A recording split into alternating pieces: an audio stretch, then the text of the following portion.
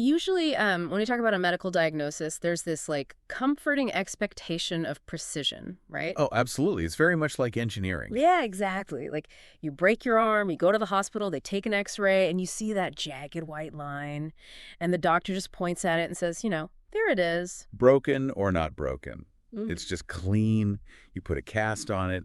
The mechanics of the bone heal up, and everyone goes home happy. I mean, we really love visible mechanical breakdowns because they just make sense to us. Right, they're easy to grasp. Yeah. But then you step into the world of neurodevelopment and specifically into the realm of complex trauma, and suddenly that x-ray machine is just utterly useless. Totally useless because you can't take a picture of it in the same way. Right, and you have people who spend years feeling just absolutely exhausted by their own minds, and they can't, point to a broken bone to explain it. Yeah, they just feel this constant heavy drain, this profound invisible fragmentation.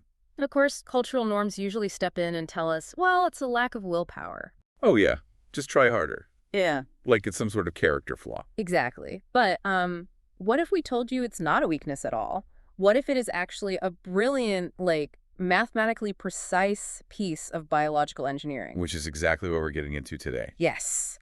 Welcome to a brand new deep dive. Our mission today, and I am so excited about this, is to explore the thermodynamics of the traumatized self. It is such a fascinating intersection of, well, neurobiology, systems theory, and cybernetics. It really is. The sources we're using for this deep dive are just this stack of really high-density systems archaeology and clinical neuroscience papers.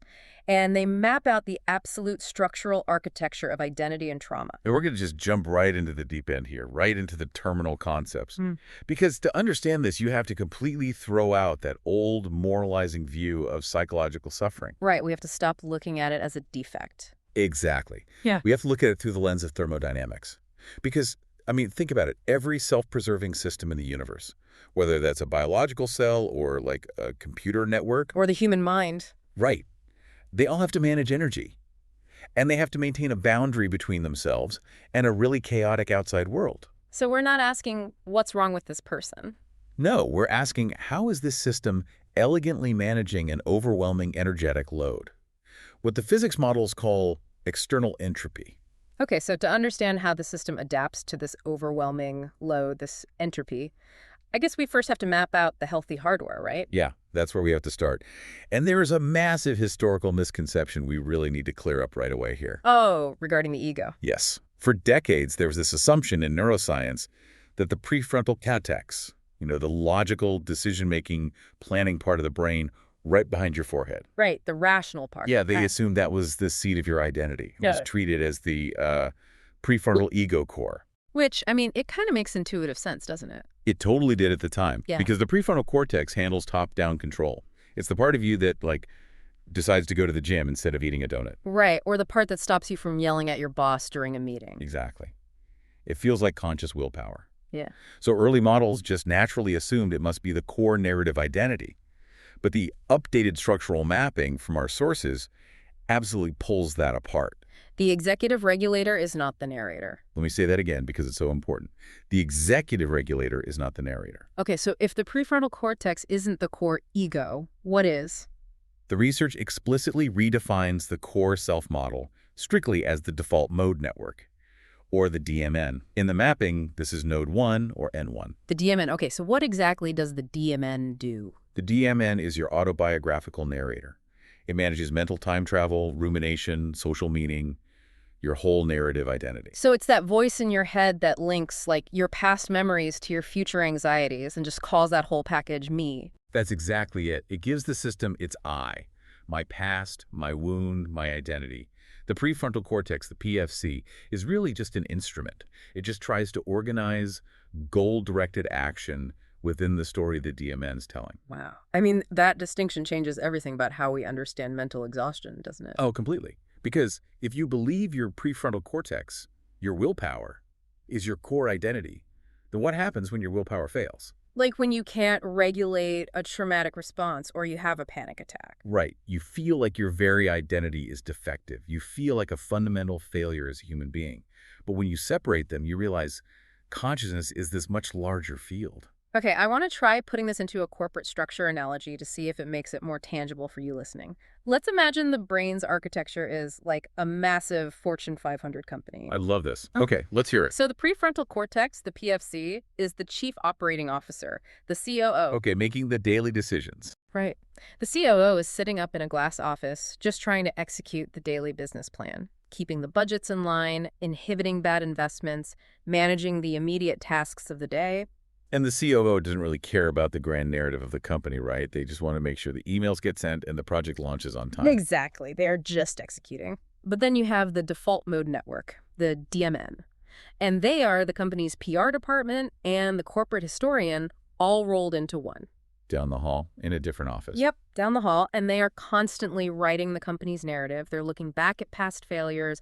They're worrying about the company's reputation in the future. And they're drafting these internal memos that tell all the employees who we are as a company.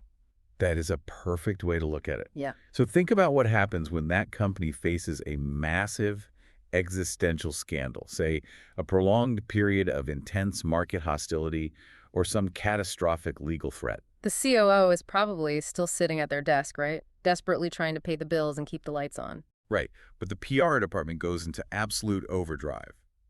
The historian starts filtering every single piece of company data through the lens of that existential threat. Oh, wow. So the entire narrative of the corporation becomes organized solely around survival. Exactly.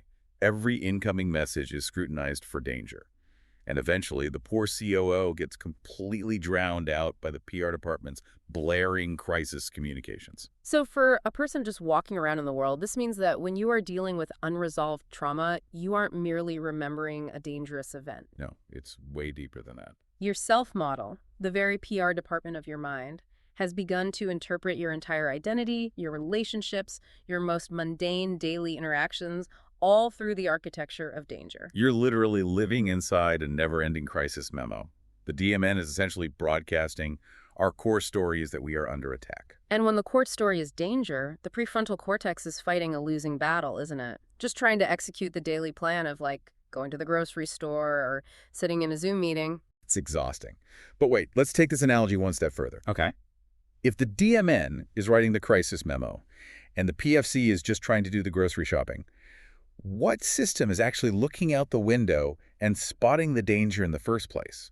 That's a great question, because neither the COO nor the PR department are the security guards at the front gate. Right, and those security guards operate completely underneath the level of conscious, reflective thought. Okay, so this brings us to the Somatic Sentinel, what the mapping calls Node 2, or the Amygdala-Insula axis. Yes, the Amygdala-Insula axis. This is an incredibly rapid, bottom-up sensory scanner.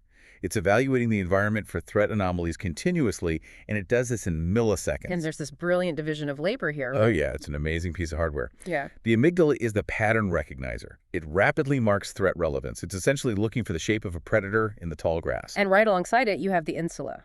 And the insula's job is to track internal bodily states. It maps what is happening inside your visceral organs. Exactly. So when a threat anomaly is detected by the amygdala, the insula instantly maps the physiological shift. Like the spike in heart rate or the sudden drop in your stomach. A sudden flushing of the skin. And together they produce this profound sensation of felt urgency, heat, tightness, dread, panic. And what's vital to understand here is that this physiological explosion happens before the PR department even has words to explain it. Long before. And way before the COO can logically analyze it. Okay, I have to challenge this a bit, though, because I understand the evolutionary logic if we were talking about, literal predators in the tall grass. Sure, out in the wild. But we are living in modern society. If my boss sends me an unreturned text message or someone uses a slightly sharp tone of voice in an email and my stomach physically drops to the floor and my heart rate hits 120 beats per minute, that system feels fundamentally broken. I hear that all the time. It's ruining my afternoon over an email. And pop psychology tells us this is an irrational anxiety response. So how can these researchers call this a mathematically elegant survival design when it's just misfiring so dramatically? Well, it feels broken to the modern mind, absolutely. Yeah. But structurally, it is pure survival intelligence operating exactly as designed. Really? How so? Because the amygdala-insula axis evolved to be radically conservative. In nature, Survival requires the body to react before the narrator understands the narrative. Because if you wait... If you wait for your prefrontal cortex to logically analyze whether that rustle in the bushes is a tiger or just the wind, you're already dead.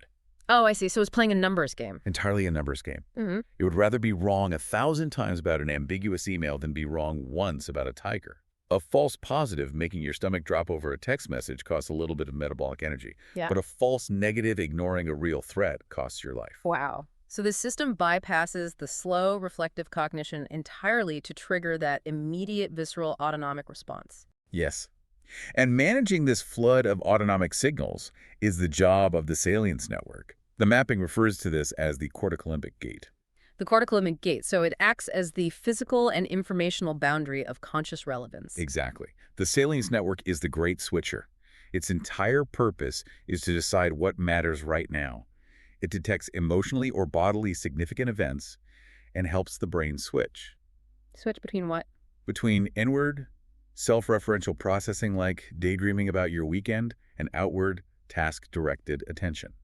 It gates out background noise to prevent the brain from suffering cognitive overload. Okay, so it's like the bouncer at the door of your consciousness. Perfect analogy. Yes, a bouncer. It just stands there and decides if that physiological drop in your stomach is a VIP that needs to interrupt the COO's daily business plan, or if it's just, a random drunk patron that should be ignored and kept outside. And in a healthy system, this boundary is stable.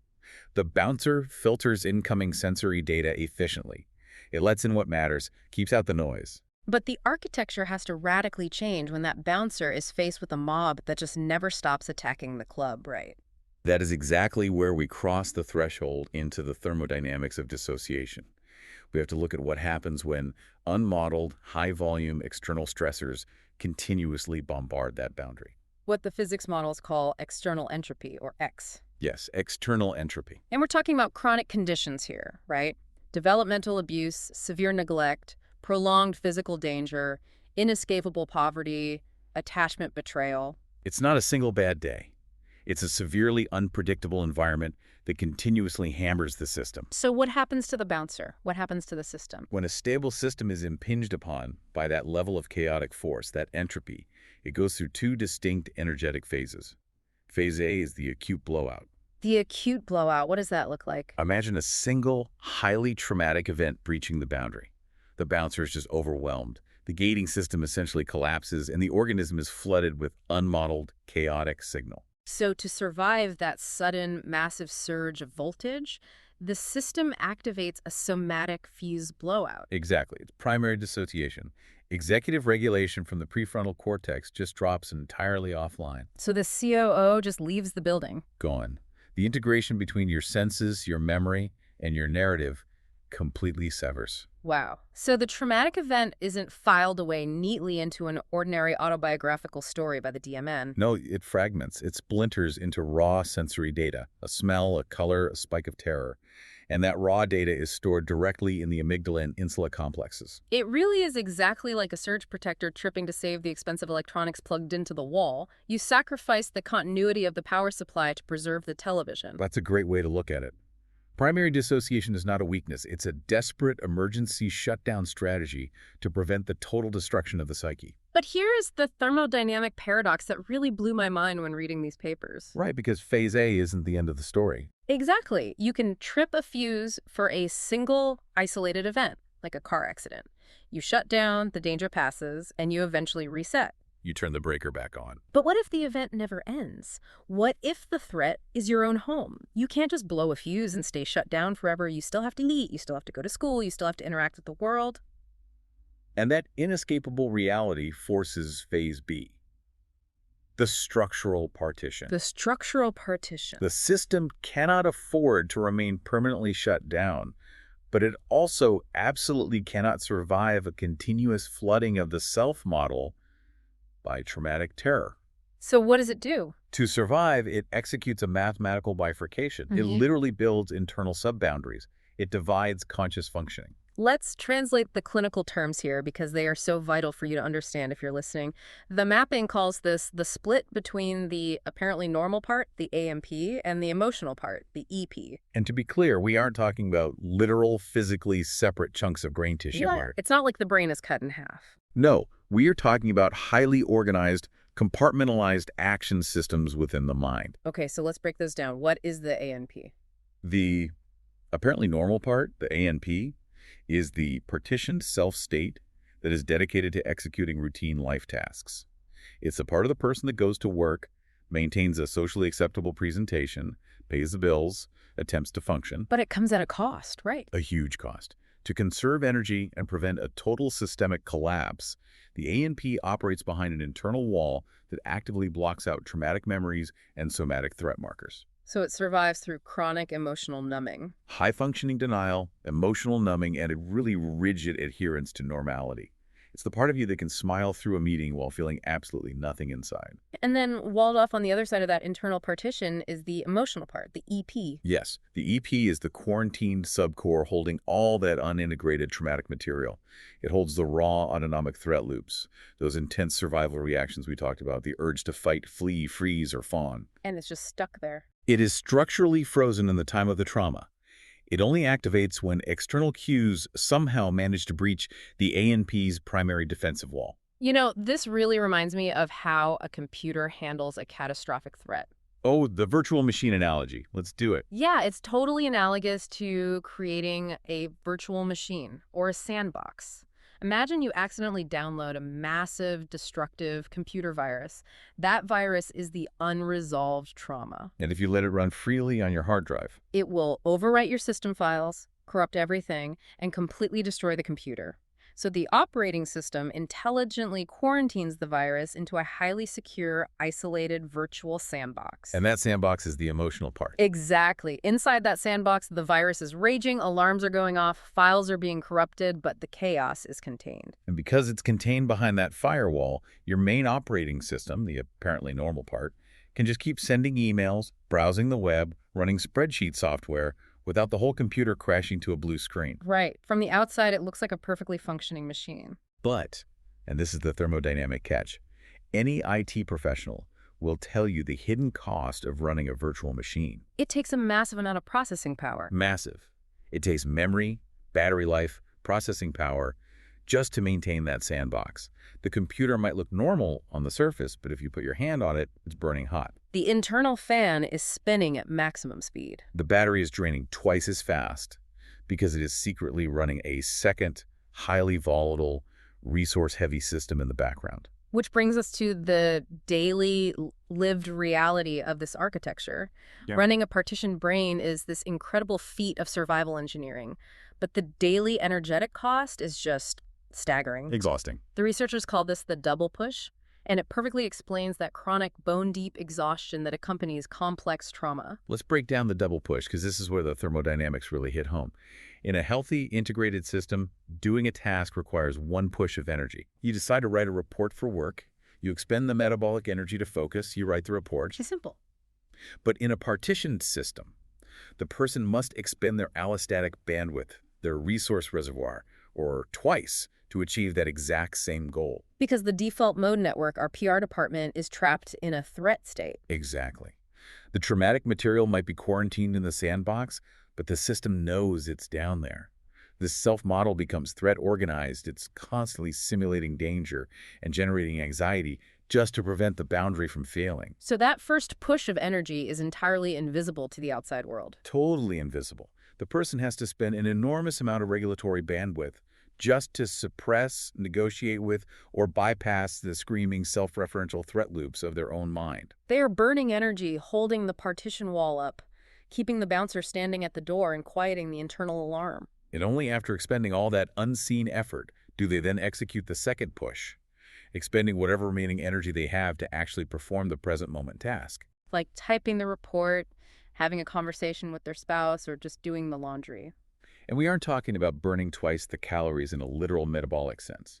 The resource reservoir in these models is a profound metaphor for allostatic load. It represents your regulatory bandwidth. Your capacity to maintain flexible attention, bodily stability, and social presence. Right. This is why someone might perfectly execute a high-stress presentation at work, looking like the absolute epitome of competence, but then completely break down in tears in their car trying to decide what to eat for dinner. Oh, wow. Because they spent every ounce of their bandwidth holding the partition up during the meeting. There is literally nothing left in the reservoir for basic decision-making. When your system is spending the vast majority of its bandwidth maintaining a survival posture, keeping the ANP and EP separated, you have very little left over for free creation, curiosity, intimacy, or learning. You are operating on emergency reserve power permanently. And when all of a person's bandwidth is drained by the double push, what happens? Their grip on present reality begins to slip. Right. Yeah. The boundary is thrashing, the bouncer is exhausted, and this creates a state the literature describes as epistemic amnesia. Epistemic amnesia, so a loss of shared attentional equilibrium. Epistemic meaning relating to knowledge or knowing. They lose the knowing of what is real.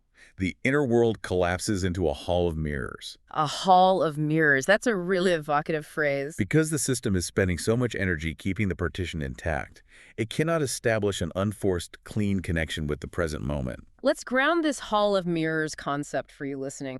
What does it actually feel like? Well, it means that your present experience is no longer received cleanly.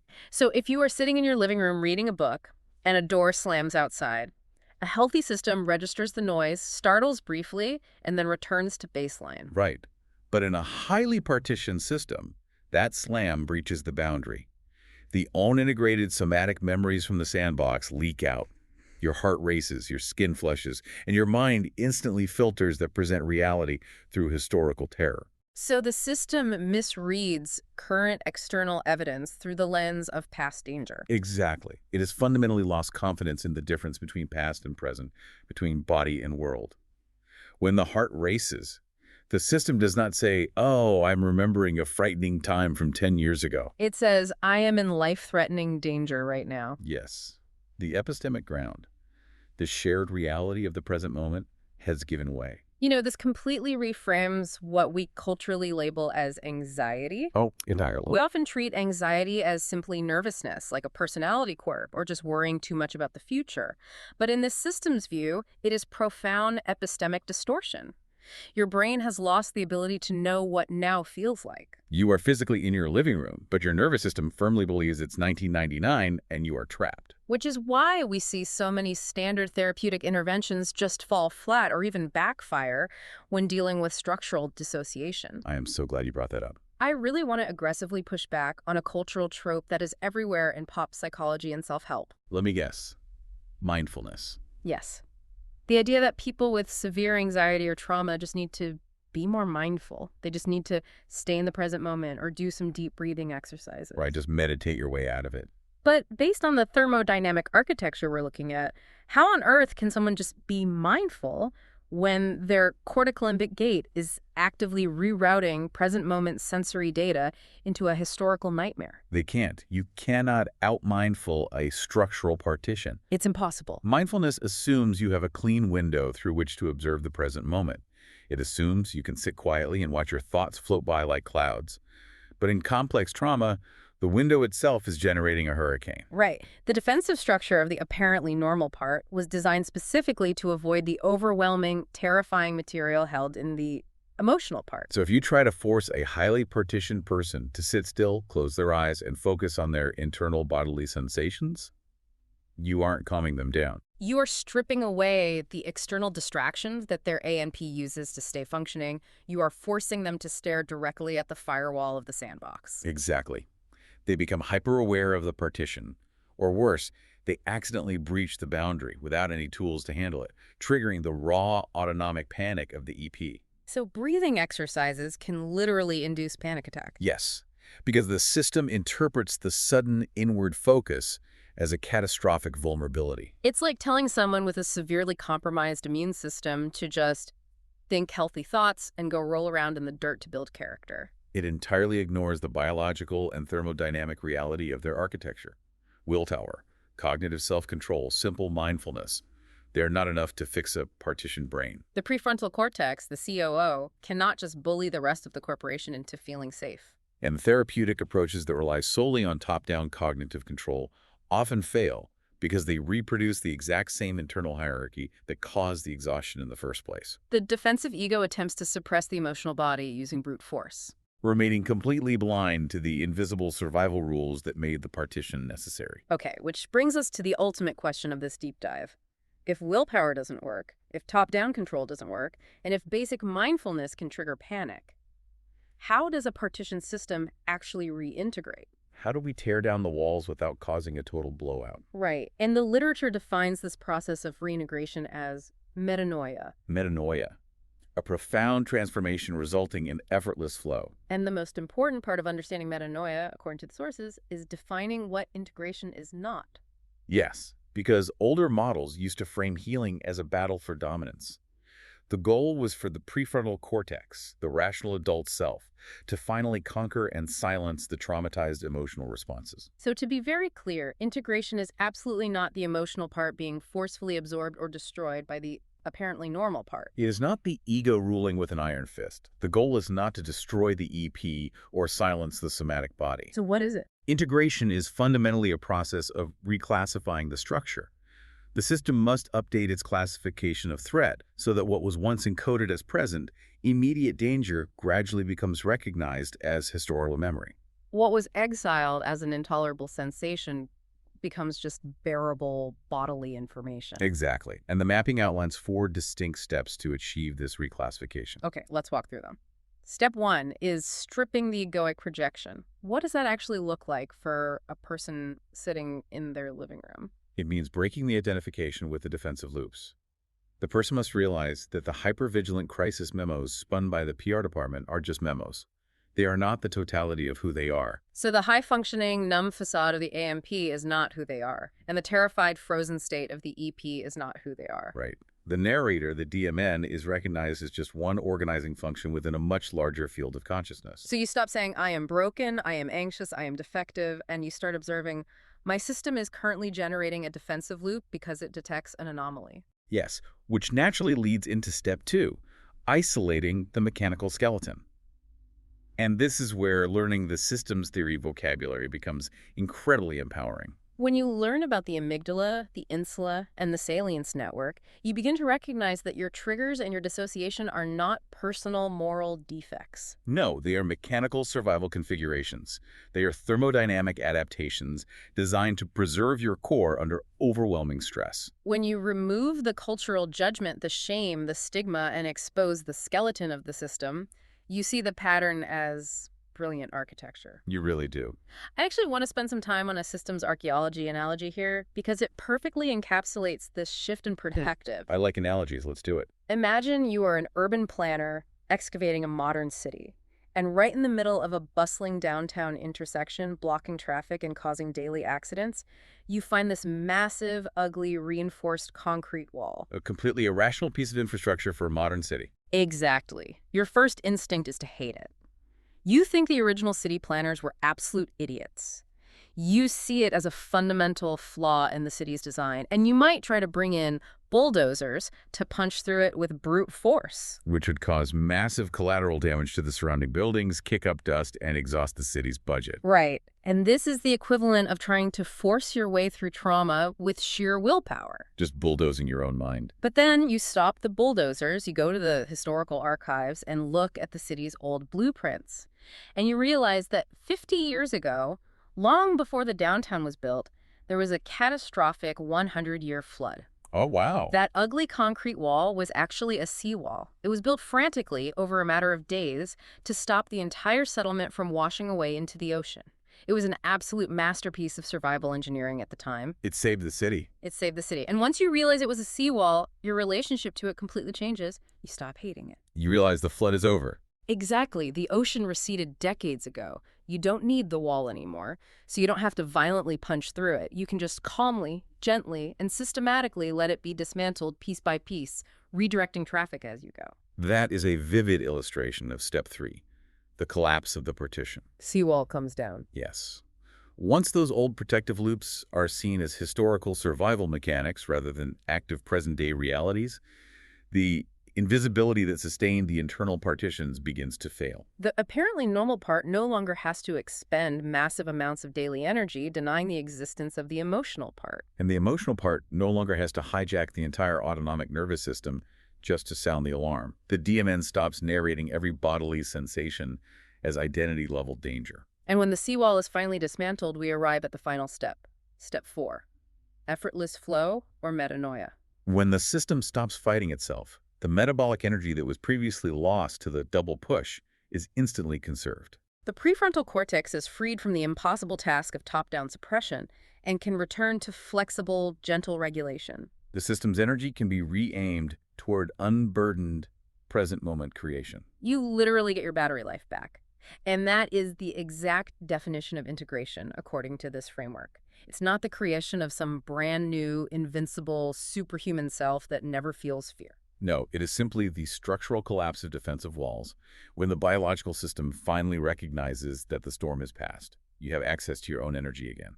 This changes the entire landscape of how we approach healing. It moves it from a paradigm of moral effort to a paradigm of structural unburdening. It really is a phenomenal shift in perspective. It has been an incredible aha journey through this architecture today. Let's trace the map we've drawn one more time to solidify it for everyone listening. Okay, so we started by mapping the hardware. Clarifying the crucial difference between the default mode network, the PR department constantly writing the story of you, and the prefrontal cortex as just the COO trying to execute daily tasks. Then we examined the Amygdala-Insula axis as the Somatic Sentinel, the alarm system sensing physiological danger and creating felt urgency before cognitive thought even begins. And we looked at the salience network, trying to gate that overwhelming information like a bouncer at a club. And then we explored the profound thermodynamic adaptation of structural dissociation, how under chronic, inescapable threat external entropy, the system cannot just trip a fuse and stay shut down. It has to partition into an apparently normal part to function in the world and an isolated emotional part to quarantine the trauma, the virtual machine. Which illuminated the exhausting hidden reality of the double push, the allostatic reality of spending all your regulatory bandwidth just managing your internal partition before you can even engage with the external world. And we saw how this drain causes epistemic amnesia, completely severing the mind's grounding in the present moment, turning everything into a hall of mirrors. But most importantly, we saw that psychological fragmentation is a brilliant thermodynamic survival strategy. It's a seawall built during a flood. It is not a moral failure. For anyone listening who has spent years feeling drained, broken, or exhausted by their own mind, understanding this framework can foster profound self-compassion. Absolutely. The fatigue you feel is real. The bandwidth drain is a physiological reality. Healing does not come from trying to willpower your way through it or aggressively dominating your own thoughts. It comes from structural reclassification. It comes from recognizing your own survival architecture and gently allowing the seawalls to come down.